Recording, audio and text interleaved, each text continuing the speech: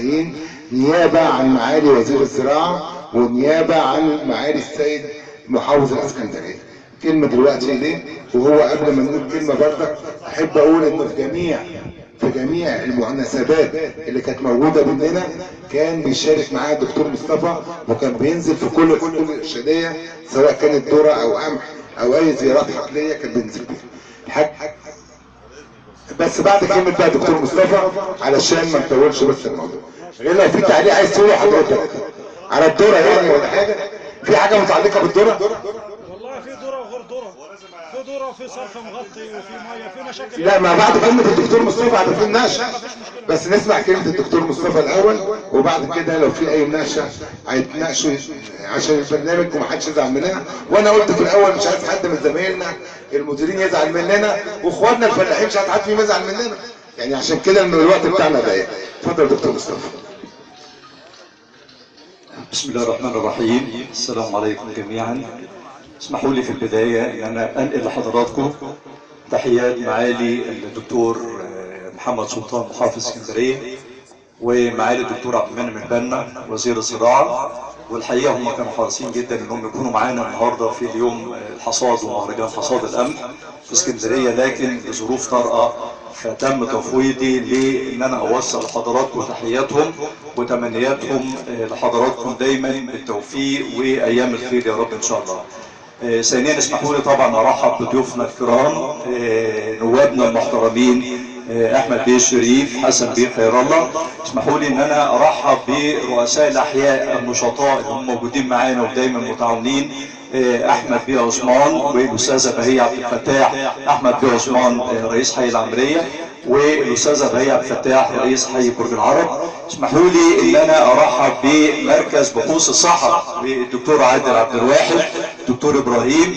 اسمحوا لي ان انا ارحب بالمركز بحوث مريوط والقامات الموجوده الدكتوره مها والدكتوره سناء. اسمحوا لي ارحب بكل الضيوف. اسمحوا لي ارحب بالمهندس مصطفى كامل من الري. اسمحوا لي ارحب بكل الضيوف اللي هم موجودين في يوم متميز هو يوم الحصاد، ودايما الحصاد زي ما قال المهندس عبد الستار بيجي بعد شقاء وبعد عناء، ودايما هو ده اليوم اللي الناس بتستريح فيه تماما، الناس بتاخد ثمره مجهود العام كله.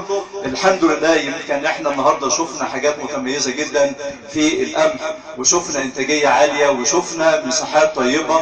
برضو اسمحوا لي ان انا اتوجه بالشكر والاحسان لكل ادارات مديريه الزراعه المتعاونه والمتناغمه في وجود مثل هذه المحاصيل بهذه الجوده، على راسهم طبعا الاداره العامه للخدمات والمتابعه في مديريه الزراعه مهندس يسر مهنا، الاداره العامه للارشاد والمجهود الكبير اللي بتقوم بيه وعلى راسهم. واسمحوا لي ان انا هقول القامات والقامه تجب كل اللي تحتها، المهندس عبد الستار الشنواني. اسمحوا لي ان انا ايضا اوجه الشكر للتعاون الزراعي والمهندس علاء عبده.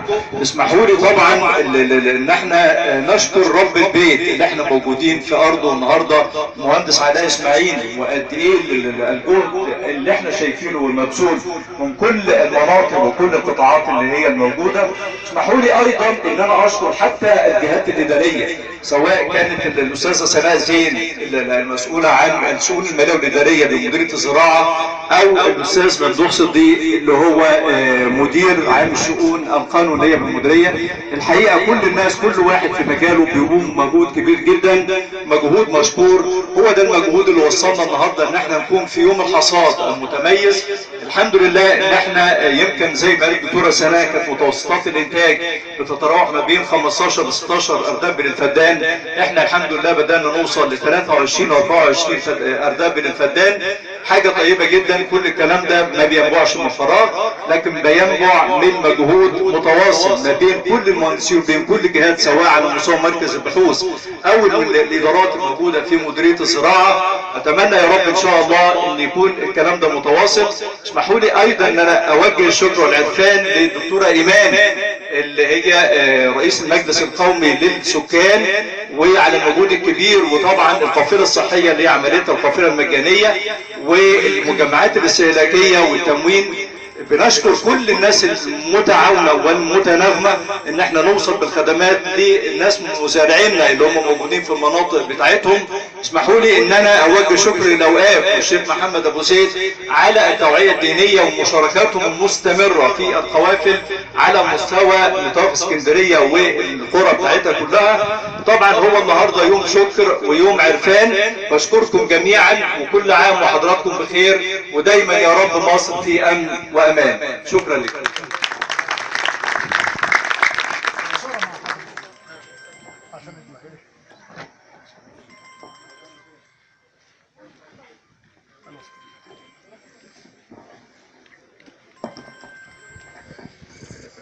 اتفضل تعالى. دلوقتي يعني انا عايز اقول